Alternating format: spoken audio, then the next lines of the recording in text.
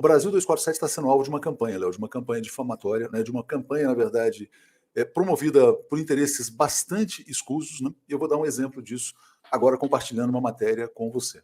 E vou explicar exatamente o que aconteceu. Bom, professor de jornalismo do INSPER promove campanha suja contra o Brasil 247 nas redes sociais. O nome dele é Pedro Burgos, Léo. Ontem aconteceu o seguinte, um cidadão chamado Raid Tenório, né, que foi vice-presidente do Instituto Brasil-Palestina, ele fez um comentário totalmente inadequado e infeliz nas suas redes sociais, né? Ele praticamente debochou de uma jovem israelense que estava sendo sequestrada naquela ação do Hamas. Esse comentário dele provocou indignação e ele foi, inclusive, demitido da Câmara dos Deputados num cargo especial que ele exercia. Ele era assessor de um deputado do PCdoB. Bom, o que a extrema-direita começou a fazer? A extrema-direita começou a pesquisar a ficha do cara. Aí descobriram que ele publicou alguns artigos no Brasil 247. Né? O último artigo dele foi publicado em janeiro desse ano. Então tem praticamente um ano que ele publicou o último artigo dele. Aí a extrema-direita começou a dizer, olha, esse cara que não sei o quê, que festejou o Hamas, ele é colunista do Brasil 247. Bom, o Brasil 247 é um site amplo, plural, né, que recebe artigos de Deus e o mundo, obviamente, se os artigos estiverem dentro dos parâmetros de redação, de compromisso, etc., de respeito, né, eles são publicados. Se eles ferirem esses compromissos, eles não são publicados. Bom, aí, este cara que se apresenta como professor de jornalismo, ele quer nos responsabilizar por um post que um cidadão fez nas redes sociais ontem, depois da guerra, como se ele fosse colunista do Brasil 247, e ele ainda propõe a desmonetização do Brasil 247, né, o cancelamento das campanhas publicitárias. E ele se apresenta como um professor, progressista, etc. e tal. Então existe um movimento, sim, Léo, para silenciar, através do garrote financeiro, pessoas como eu, como você, como Florestan, como a Ildegar, como a Tereza Cruvinel, como o Zé Reinaldo Carvalho, como o Luiz Costa Pinto, como o Mário Vitor Santos. Né? Esse rapaz é jovem. Né? Aqui no Brasil 247 a gente tem 500 anos de jornalismo acumulados, de pessoas que têm muita história de luta pela democracia, muita história de luta pelo jornalismo brasileiro. E ele e o Gregório, porque o Gregório também participou disso, participaram de uma campanha para silenciar essas vozes. Né? Então, por que eles estão fazendo isso? Essa é uma questão que tem que ser colocada. A gente pode pensar, não, é irrelevante, mas isso vai sendo alimentado e a gente tem que denunciar, Léo. E, aliás, eu já aviso, qualquer pessoa que queira silenciar os nossos jornalistas será exposta. O que está vendo esse cidadão há muito tempo, qualquer coisa que ele vê na rede, ele tenta associar o Brasil 247 a fake news, produção de fake news.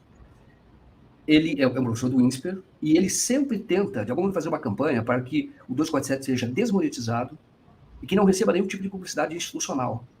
Todo veículo que recebe, veículo que tem relevância, que tem audiência, que é o caso do 247. Então, eu me manifestei no Twitter, porque eu vi essa notícia e eu já tinha visto, já tinha inclusive entrado em contato com ele numa campanha anterior que ele tentou fazer a partir de uma postagem do Gregório do Vivier, em que ele falava do meu documentário.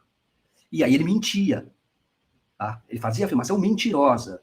Aí eu tenho tudo isso documentado, eu mandei e-mail para ele, naquela ocasião, e disse para ele que ele mentia, e explicava por quê. Ele se retratou. Tá? Naquela ocasião, se retratou publicamente ali, e eu disse para ele, olha, o que você fosse acusar um veículo, com jornalistas tão sérios, comprometidos com a profissão, como é o caso do 247, você está provocando danos morais e materiais. Morais a todos nós e materiais ao 247. E pode ser materiais em relação a nós também. Eu falei, então se você tem alguma dúvida, tudo isso eu tenho documentado. Talvez eu escreva um artigo, devo escrever para publicar tudo isso. Falei para ele, então, como você nos ataca, eu te convido a participar de uma live no 247, ou se você quiser fazer em outro canal, você vai fazer em outro canal. Mas ao vivo, e que você vai colocar suas posições em relação ao documentário que eu estava fazendo. E você não tem, não nos ataca, você vai ter oportunidade de falar diretamente a mim, e eu vou dizer para o público, porque não é verdade. Aí ele disse que preferia não se expor. Ele gosta de expor a gente, que não gosta de levar isso publicamente. Eu falei, mas como? Ele tem uma palavra... O que ele faz na rede social é debate público, só que ele não oferece a oportunidade de contestação e até dele aprender. Eu acho que um site não pode ser responsabilizado por conta de um colaborador. Né? Acho que você cobrar isso é complicado. O que esse Tenório fez, ele fez na página dele na internet, não fez dentro do 247, porque a gente não subiria aquela informação que ele deu na página dele. É um problema que ele tem que resolver, provavelmente, com aqueles que se sentiram ofendidos. E era uma postagem muito ofensiva e feia, horrorosa, enfim, que eu desqualifico totalmente. E eu acho que é ridículo você querer culpar um site porque já publicou textos de uma pessoa que fez o que esse Tenório fez com aquela imagem de uma mulher que estava sendo sequestrada pelo Hamas e estava com a calça manchada, e ele já veio com insinuações de nível muito baixo. Eu não gostei daquilo e acho que o professor do INSPER se aproveitou para fustigar o nosso site, e isso não é leal, não é justo, e acho que, assim, isso ofende os bons jornalistas que trabalham aqui no 247, né? Seria o caso até de perguntar para ele, bom, e como é que fica o Pimenta Neves, que assassinou a namorada que trabalhava no Estadão? Né? A culpa é do dono do Estadão? Né? O que ele faz fora do Estadão não é responsabilidade do dono do Estadão. Né? Então, assim, ele misturou canais, sabe? Eu estou exagerando aqui no exemplo, mas assim, isso ocorre com todo órgão de imprensa que tem colaboradores. E, de repente, um colaborador pode tomar um rumo errado, e o que a gente faz quando isso acontece é afastar a pessoa e falar, olha, nós não concordamos com o que você pensa, com o que você está publicando. Enfim, é o que todos fazem. Eu quero descobrir qual é o foco e qual é a história do curso, e vou ser muito claro aqui, do curso de jornalismo do INSPER.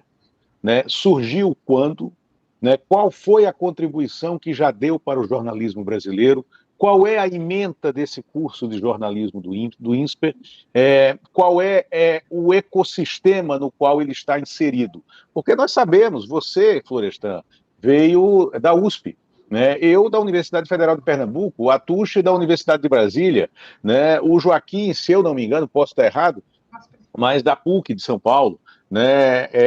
A Sara, não sei de qual das universidades do Ceará, né? Mas é o seguinte, todas elas com uma história.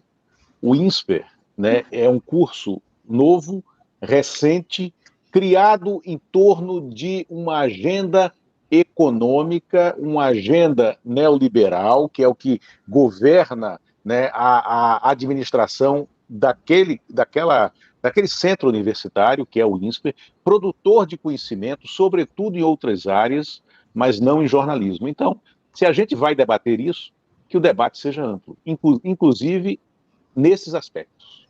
Qual é o interesse que está por trás?